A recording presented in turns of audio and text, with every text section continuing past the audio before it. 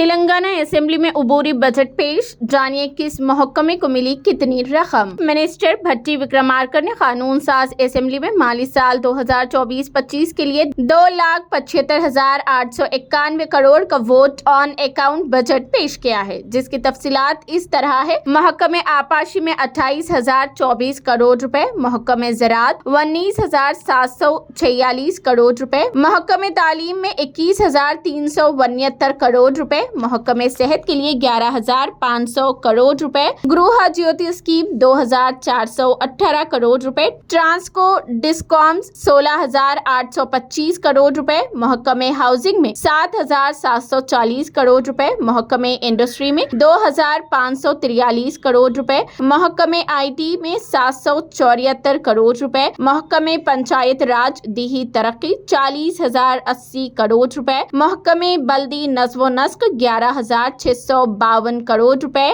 मोसी नदी की तरक्की के लिए 1,000 करोड़ रुपए, SC गुरुकुल स्कूल की तामीर के लिए 1,000 करोड़ रुपए, ST गुरुकुल की तामीर के लिए 250 करोड़ रुपए, SC वेलफेयर 21,874 करोड़ रुपए, ST वेलफेयर 13,313 करोड़ रुपए, अक़लियती बहबूद 2,262 करोड़ रुपए, BC गुरुकुल्स की जाती इमारतों की तामीर के लिए 1,546 करोड़ रुपए, BC वेलफेयर के लिए 8,000 करोड़ रुपए मुख्तस किए गए।